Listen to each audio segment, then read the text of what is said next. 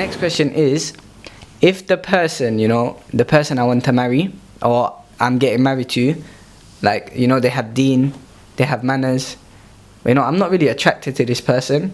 Like, what do I do? Attracted as in, like when I see them, I don't go, wow, like appearance-wise and whatnot. Like, what do I do? Do I get married to this person? Like, I'm into their deen, I'm into their manners, but like when I look at them, it's like what do I do?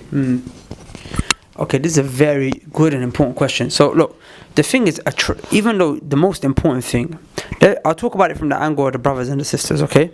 From the angle of the brothers, the Prophet ﷺ mentioned that women are married for four things. Yeah. Okay, 4 different reasons, yeah? Her lineage, like she's a princess, like you want to marry a princess, she's got noble lineage. Her wealth, she's balling, no problem. Her beauty, and her religion. And then the Prophet ﷺ said, "Fadfar bidhati din." Like, hold on tight, don't let go of the one who's got the religion. To show you the religion is the thing, that's the key thing. The Prophet ﷺ, he mentioned, ad-dunya mata'. That the dunya is just enjoyment, it's just pleasure, yeah? Wa khayru mata'iha al-mar'atu salihah. And the most best, amazing enjoyment in this whole world is a righteous spouse. Is a righteous spouse who's got religion. So the opposite is also true. It also can be taken that the most amazing enjoyment in this world is a righteous spouse, then the most painful thing in this world is a spouse that's not righteous. A woman who's cheating on you, bringing a man into your bed when you're not there. Because a righteous woman won't do that. A practicing woman who's really got deen won't do that. A woman who raises your kids in the wrong way, she's not righteous. She's not going to raise your kids in a righteous way. Your kids are coming home, with pregnant or arrested or drugs or, So the point is that religion is the most important thing that you look at, without a shadow of a doubt. But then with that said, the Prophet ﷺ, he mentioned, when I think it was Mughira ibn Shu'bah radiallahu anhu, if I'm not mistaken, he was a Sahabi who came to the Prophet ﷺ, and he mentioned that he was going to marry someone, and the Prophet ﷺ said, "Have you looked at her? Go look at her."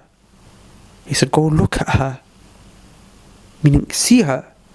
And then he said, why? Why did he say see her? So that you can see if you like her, and this marriage can stay together. Meaning, look at her to see that which pleases you. To see if you like her the way she looks, because that's what's going to allow this marriage to stay. And Sheikh Ibn al-Uthaymin, he has a book on it, a book on marriage, where he mentions, stages of compatibility. One of those stages being, the appearance. Like, do you, are you attracted to this person in the appearance-wise? Yeah. Where's the book? It's in English. The book's called The Rights of the Spouses, or Concise Manual of Marriage, one of the two. Bring it tomorrow, inshallah. It'll be nice to see that. It'll be nice to see that. I didn't know that book was there. The point is, though, exactly, so as the brother mentioned, like the ulama, they spent time discussing this matter, because the Prophet ﷺ gave it importance. Like the Prophet ﷺ could have said, "Oh, well, righteous woman, no worries," but he said, "Did you look at her?" Because, and the Prophet saying, he's understanding that if you don't like what you see, then you're not going to stay with her. You might go on the wedding like, "Assalamu alaikum, sister," keep moving. So looks is important. Like, it's not the most important, but it's important. It's important enough to say that even if she's got deen, or sisters, even if he's got deen, but you're not attracted, don't do it. Don't do it. Because you know what's going to happen, brother?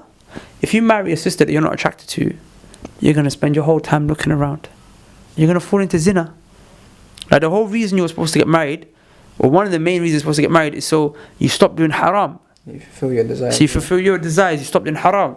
But if you marry a sister who you're not attracted to, then brother, with all due respect, you're going to carry on looking. You're going to be looking everywhere you go. You're going to be chatting to other girls, free mixing, and you're going to fall into zina. Let's be real, people fall into zina like it's happy days nowadays. Do you see what I'm saying? Some of the points that the scholars mention as well when getting married, like, especially around the fitra, marry someone that you're attracted to, because it keeps you chaste, it helps you lower your gaze and whatnot. That's exactly the point I was going to come to. So the scholars, they said, Imam Ahmad rahimahullah, I think the question was asked to him, and also Ibn Uthaymin rahimahullah also addressed this as well. He said, imagine you've got 2 sisters now, okay? One sister, both of them are righteous, in the sense where they both obey Allah. Because remember, you can't marry a beautiful woman and she's not righteous. You can't marry a beautiful woman who's not righteous. Not that you can't marry, but I'm saying It's not. The righteousness has to be there. So what's the minimum level of righteousness? That she does all the obligations and she stays away from all the haram. She does all the obligations. It may not have to be like, reading tahajjud all day, but come on, she can't be talking to men. She has to be praying 5 times a day, give her zakat, fasting. She has to be doing that. You know what I'm saying? Not talking to men, not listening to music, not clubbing, not drinking, not doing riba. Like a woman who does the bare minimum. Yeah. You do the commands, you stay away from the haram. So you got 2 women and they both do that. They both have the minimum level of deen. They both got deen. But one woman, her deen's on a different level. Her deen's sky high. MashaAllah, she's sky high. Yeah? And she's reading Quran, memorized Quran, student of knowledge, studying the deen. She's just on a different level. And she's attractive, but not as attractive as the other one. The other one, again, she doesn't have the deen like she has, but she's got the looks. Her looks are sky high. She's like, wow, if you see her, like, bruv, it's peak. You know what I'm saying? She's beautiful looking sister. The scholar said, which one do you choose? They both got the minimum level of religion. One has got more deen, the other one's got more looks. Yeah. It's the one who's got looks. The one who's got looks. Because that will protect you from a lot of fitna. It will protect you. It will protect you personally.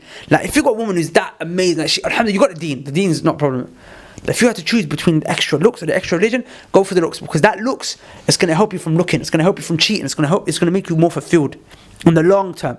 Especially if you're with a woman that you got to wake up to every day, and it's a beautiful thing. But in this day and age when it's fitna everywhere, if she's good looking, go for the good looking one. Okay. You love her more as well. Exactly. You show more love to her because you're that more attracted to your spouse. Maybe I haven't thought about it from that perspective. Maybe, but no, I'm not saying you're wrong. I'm not saying I just never thought about it. But the point that I want to make on this issue is that, but then again, I think it was Ibn Uthaymin rahimahullah. He said, but then again, don't take that answer like it's black and white. It depends. Because like say you live in a country like Saudi Arabia, for example, when men just generally don't see women. They don't see women, yeah? For them, it's like, if a sister's like, sleeve that goes like this, it's like, oh my days, like they get excited. No. For them, that's like, ooh, you know what I'm saying? Because they're not used to seeing women. So for them, maybe in that situation, because they're not going to go out there and be tempted, pick the one who's got more religion. Because the fitness is not going to be there. But in England, with the fitness everywhere, the advice would be to pick the one who's more attractive. But then again, say you live in England and it is peak, but you yourself, personally, you. The attractiveness thing, maybe because remember, not everyone's the same. It's rare, but maybe you're a person who it doesn't affect you. It doesn't affect you. Like, you can marry the one who's got more of a religion. For you, genuinely, like, the religion just is more. Like, for you, it's like, I know she's good looking, but for me personally, the religion is just, I want that. Then go for it. Because you know yourself better. You see what I'm saying? So the same goes for the sisters. Now, the sisters have to be attracted to the men. One time a Sahabiya came to the Prophet ﷺ, and she mentioned that there was something about her husband that she wasn't attracted to. Okay, a body part of his that she wasn't attracted to. And the Prophet ﷺ said, if you want to get divorced, you can get divorced. Right, you can leave. You can get khula, you could leave. You don't have to be with him. So even the woman, you have to like him. But again, for the women, the 2 main characteristics that you need to look for is manners and religion. And the manners and the religion, he needs to be trustworthy. He needs to be strong. These are the characteristics you look for in a man. So yeah, attractiveness is important. It's important. No doubt it is. Don't marry someone you're not attracted to. But don't pick someone who's attractive over someone who doesn't have religion. That's the key. And Allah knows best. Nah. I think that was very sufficient, points that you raised in the video. So yeah, my brothers and sisters, just to summarize, for the sisters, look at the deen and the manners, but at the same time, you got to be attracted. And same goes for the brothers, look at the sister if you're, and the 4 points you mentioned, the woman is married for her lineage, wealth, beauty and religiosity. So you look at the religion, and then obviously you have to take into account if she's attractive or not, to protect yourself as well. So yeah, that was that video, my brothers and sisters. We hope you benefited, and until the next time, jazakallahu khair. Assalamu alaikum wa rahmatullahi wa barakatuh.